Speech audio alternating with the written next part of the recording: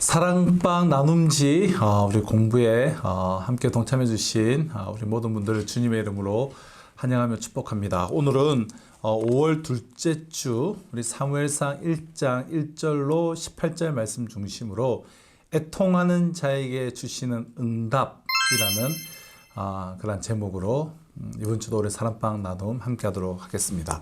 특별히 우리 행복 나눔 축제 우리 작정 주간을 이번 주까지 이제 보내고 있는데요. 이번 주 토요일까지 우리가 작정하는 일, 아직까지 우리 동참해 주시 못한 분이 계신다면 우리가 사랑방 안에서 또 함께 서로 권면하면서 우리가 이번 주 토요일까지 꼭 작정을 이제 해주시면 감사하겠습니다. 우리 바로 이제 서론을 한번 살펴볼까요? 현대인의 마음은 아픕니다. 그래서 힐링이 책과 강의, 영상의 주요 주제가 되고 있습니다. 심리학을 공부하거나 전문가에게 상담을 받는 것도 보편화되었습니다. 이런 방식이 유익할 때도 있지만 분명한 한계도 있습니다.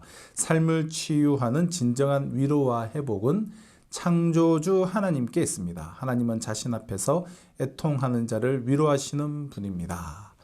자, 먼저 우리 큰 1번. 오늘 본문도 우리가 항상 이제 저와 함께 나눔지 공부를 하기 전에 본문을 한번 읽으시고 문제를 하나하나 이렇게 한번 풀어보세요. 한번 써보시고 그렇게 하시고 난 후에 저와 함께 제가 최대한 이제 짧게 앞으로 한 15분 내외로 하려고 하는데요. 먼저 내가 성경 본문을 한번 쭉 읽고 각 문제를 한번 풀어보신 후에 저와 함께 이렇게 공부를 하면 그러면 이제 좀 기회도 들어오시고 좀 정리도 되고 이제 그렇게 되지 않을까 싶습니다. 허가지까지 우리가 한번 보지 않고 바로 지금 저와 함께 이 강의를 듣는다면 잠시 정지 버튼을 누르시고 본문을 한 번 혹은 두 번 읽어보시고 그리고 각 문제를 한번 쭉 풀어보신 후에 저와 함께 하시면 훨씬 더 우리가 기회도 들어오고 이해가 될 것이라 생각이 됩니다. 자, 먼저 우리 1번 오늘 1절 8절과 그리고 9절로 18절 이렇게 크게 1번 2번으로 되어 있는데요. 한나는 자식이 없는 이유로 고통을 당합니다. 자, 1번 방갈로 남편 엘가나가 제사 드리는 날에 한나에게 해준 것은 무엇입니까? 4절 5절 보실까요?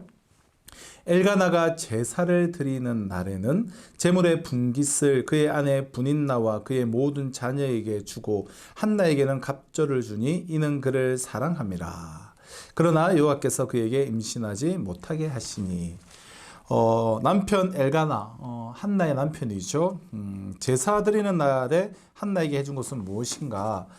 제물의 분깃, 즉 제물을 각자 그때는 일부 다 쳐지니까 아내들이 있는데요. 아내들과 그의 자녀들에게 나누어 줬는데 한나에게는 제물의 분깃을 갑절로 주었다라는 것입니다. 그럼 이스라엘의 모든 남자들은 3대 절기를 지켜야 하는데요. 유월절과 맥추절과 수장절이에요. 유월절, 맥추절, 수장절. 성경에 보면 이 유월절을 좀 다른 말로 하면 또 무교절, 같은 말입니다. 유월절, 무교절. 맥추절은 칠칠절 혹은 오순절 이렇게 우리가 쓰기도 합니다. 그래서 칠칠절, 오순절은 다 이제 맥추절과 같은 의미라고 이해하시면 되겠고요. 또 하나는 수장절이죠. 수장절은 초막절 혹은 장막절 이렇게 다르게 표현되고 있는데요. 아무튼 당시에 이스라엘 남자들은 이 3대 절기 유월절, 맥추절, 수장절에는 꼭 성소로 나아가 제사를 드려야만 했습니다. 이 중에 가장 큰 절기는 유월절이죠. 가장 큰 절기인 이 유월절에는 모든 가족이 함께 성소에 나아갔는데요. 오늘 우리가 세대 통합 예배를 드렸듯이 그렇게 유월절에는 모든 가족이 나아가서 함께 성소로 나아갔는데, 자, 그런 까닭에 본문의 이 배경을 제사 드리는 날이라고 되어 있는 이 배경을 유월절로 보는 견해가 많습니다. 자, 이 유월절 날 제사를 드린 날 여러 배의 몫을 갑절을 줌으로써 이 호의와 사랑을 표현하는 것인데요. 그러니까 제물을 갑절로 주었다는 것은 호의와 사랑을 표현하는 당시 고대 근동 지역의 일반적인 그런 풍습이었습니다. 남편 엘가나는 한나에게 이제 사랑과 호의를 표현한 것이죠. 자, 2번 가보겠습니다. 한나가 남편의 사랑을 받으면서도 괴로워하는 이유는 무엇입니까? 자, 이러한 사랑을 받으면서도 한나는 왜 괴로워했는가? 6절 7절을 보실까요? 여호와께서 그에게 임신하지 못하게 하심으로 그의 적수인 분인나가 그를 심히 격분하게 하여 괴롭게 하더라. 매년 한나가 여호와의 집에 올라갈 때마다 남편이 그와 같이 하매 분인나가 그를 격분시키므로 그가 울고 먹지 아니하니. 자, 이처럼 남편의 사랑과 호의를 한 몸에 받는 한나가 그럼에도 불구하고 왜 괴로워했는가? 여호와께서 그녀에게 임신하지 못하게 하셨다는 거예요. 그러니까 여호와께서 한나로 하여금 임신하지 못하게 하심으로 그의 적수인 이 분인나, 라이벌, 한나는 라이벌로 생각하지 않았겠지만 분인나는 라이벌로 생각했는데 이 분인나가 그를 심히 격분하게 하여서 괴롭게 하였기 때문이었습니다. 그럼 여호와께서 그에게 임신하지 못하게 하심으로 그의 적수인 분인나가 그를 심히 격분하게 하여 괴롭게 하였다. 일반적으로 모든 고대 사회에서는 자식을 많이 두는 것을 큰 복으로 여겼지만 이스라엘 백성들에게는 특히 그 의미가 더했어요. 보다 더 특별했습니다. 다른 고대의 여러 민족들보다. 하나님께서 아브라함에게 자손의 번성을 약속하셨죠. 그리고 약속의 땅 가나안 땅을 각 지파 안에서 가문별로 나누어 영원한 분깃을 가문별로 허락하셨습니다. 그래서 자손이 없다는 것은 이 분깃의 상실을 의미했습니다. 때문에 당시 유대 사회에서 자식이 많다는 것은 하나님의 축복으로 여겨졌고 반면에 자식이 없다는 것은 그 축복에서 배제되었음을 의미를 했습니다. 그래서 자식이 없는 한나를 분인나가 심히 괴롭게 하였기 때문에 한나가 괴로워하고 있는 것이죠. 자, 3번. 내가 그대에게 괴로워하는 한나에게 남편은 무슨 말로 위로합니까? 우리 8절을 보실까요? 그의 남편 엘가나가 그에게 이르되 한나여 어찌하여 울며 먹지 아니하며 얻지 아니하여 어찌하여 그대의 마음이 슬프냐 내가 그대에게 10아들보다 낫지 아니하냐 하니라. 자, 한나에게 남편이 무슨 말로 위로를 하고 있습니까? 내가 당신에게 10아들보다 낫지 아니하냐 좀 이렇게 말하고 있습니다. 한나의 남편 엘가나 역시 자식이 없는 한나의 그 아픔과 괴로움을 모르지는 않았습니다. 특별히 한나는 엘가나가 누구보다도 사랑하는 그런 아내였기에 그 안쓰러움이 더했을 거예요. 자신이 10아들보다 낫지 아니하냐라는 이 엘가나의 말은 그러니까 자식들 몫에 10명의 자식들이 당신에게 베풀 효도와 그 사랑, 그 자식 몫의 사랑까지 자신이 주겠다는 거죠. 내가 주겠다라는 그런 의미요. 또한 그런 의지로 이렇게 보여집니다. 하지만 그의 말이 한나에게 그다지 위로가 되지는 않았습니다. 결국 한나는 남편의 위로에서가 아니라 하나님의 위로 안에서 그녀는 답을 찾게 되는 것이죠. 자, 우리 나눔 1번 보실까요? 분인나는 하나님께 제사를 드리면서도 한나의 약점을 자극하며 괴롭혔습니다. 자식이 있다는 우월감, 한나가 남편의 사랑을 더 받는 데 대한 시기심 등이 이유였을 것입니다. 하나님을 예배하는 사람에게 어울리지 않는 태도, 성격, 취향이 내게 있는지 돌아봅시다. 예배와 삶 사이의 간극을 메우려면 어떻게 해야 할지 함께 서로 나눠보시면 좋겠고요. 우리 큰 2번 9절로 18절 두 번째 단락을 가보실까요? 한나가 성전에 나가 통곡하며 기도하고 소원할 때 하나님은 엘리 제사장의 입을 통해 응답하십니다. 두 번째 단락은 엘리를 통해서 응답하시는 하나님의 모습인데요. 1번 한나가 하나님께 소원한 내용은 무엇입니까? 10절 11절입니다. 한나가 마음이 괴로워서 여호와께 기도하고 통곡하며 소원하여 이르되 만군의 여호와여 만일 주의 여종의 고통을 돌보시고 나를 기억하사 주의 여종을 잊지 아니하시고 주의 여종에게 아들을 주시면 내가 그의 평생의 그를 여호와께 드리고 삭도를 그의 머리에 대지 아니하겠나이다.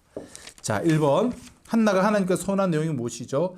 아들을 주시면 나에게 아들을 주시면 그의 평생의 그를 여호와께 드리고 삭도를 구별하겠다는 것이죠. 그의 머리에 대지 않겠다고 서원을 했습니다. 아들을 주시면 삭도를 머리에 대지 않겠다는 한나의 서원은 민수기 6장에 규정된 나실인의 서약의 일부예요. 그럼 나실인이란 율법의 규정에 따라서 하나님께 자신을 구별하여서 일정 기간 동안에 혹은 일평생을 하나님께 온전히 구별하여 드린 사람을 뜻하는 말입니다. 그러니까 평생에 여호와께 드린다라는 이 의미는 아들을 일평생 성소를 위한 봉사자로 드리겠다는 뜻이죠. 자, 이후 태어난 아들 사무엘은 반차에 따라 일정 기간만 성소 봉사를 하는 일반적인 레위인들과는 다르게 완전하게 성소 봉사만을 전업하는 그런 나시인으로 드러내졌습니다. 한나가 하나님께 서원한 그런 내용이죠. 자, 이번 한나가 술에 취했다고 오해한 제사장에게 한나는 무엇이라고 설명합니까? 15절입니다. 한나가 대답하여 이르되 내 주여 그러지 아니하니이다. 나는 마음이 슬픈 여자라. 포도주나 독주를 마신 것이 아니요 요 앞에서 내 심정을 통한 것뿐이오니. 엘리 제사장이 좀 영적으로 좀 어둡습니다. 제사장임에도 불구하고. 그래서 한나가 기도하는 모습을 보고 술에 취했다라고 그렇게 지적을 하자 한나는 술에 취한 것이 아니라 마음이 슬퍼서 요 앞에서 자기 심정을 토한 것뿐이다 라고 그렇게 말하였습니다. 그럼 당시의 기도는 일반적으로 소리를 내어 하는 기도였습니다. 그러므로 소리를 내지 않고 입술만 움직이는 지금 한나의 기도는 술에 취한 모습으로 오해될 수 있었습니다. 특히 지금 깨어있지 못하고 분별력이 없던 이 엘리는 그것을 술에 취해서 중얼거리는 것을 보았던 것이죠. 하지만 한나는 소리조차 낼 수 없는 그녀의 고통을 지금 하나님께 아뢰고 은혜를 구하고 있는 중이었습니다. 내 심정을 통한 것뿐이다. 이 표현은 마음을 하나님 앞에 내가 쏟아 놓았다라는 의미예요. 내가 하나님 앞에 내 마음을 쏟아 놓았다. 기도에 있어서 중요한 것은 어떤 외적 형태가 아니라 마음을 하나님께 쏟아 놓는, 내 마음을 온전히 하나님께 쏟아 놓는 진정성이라는 것을 알 수 있는 그러한 대목입니다. 자, 우리 마지막 3번. 엘리의 대답을 들은 한나는 그 말에 어떻게 반응하였습니까? 자, 마지막 18절입니다. 이르되 당신의 여종이 당신께 은혜 입기를 원하나이다 하고 가서 먹고 얼굴에 다시는 근심빛이 없더라. 한나의 대답을 들은 엘리의 대답을 들은 한나의 반응이 그 말에 어떻게 반응하죠? 당신께 은혜 입기를 원하나이다 하고 가서 먹고 얼굴에 다시는 근심빛이 없었습니다. 엘리의 대답은 뭐 대단히 특별한 예언이 아니라 통상적으로 제사장들이 전하는 축복의 말이었습니다. 뭐 대단한 말이 아니었어요.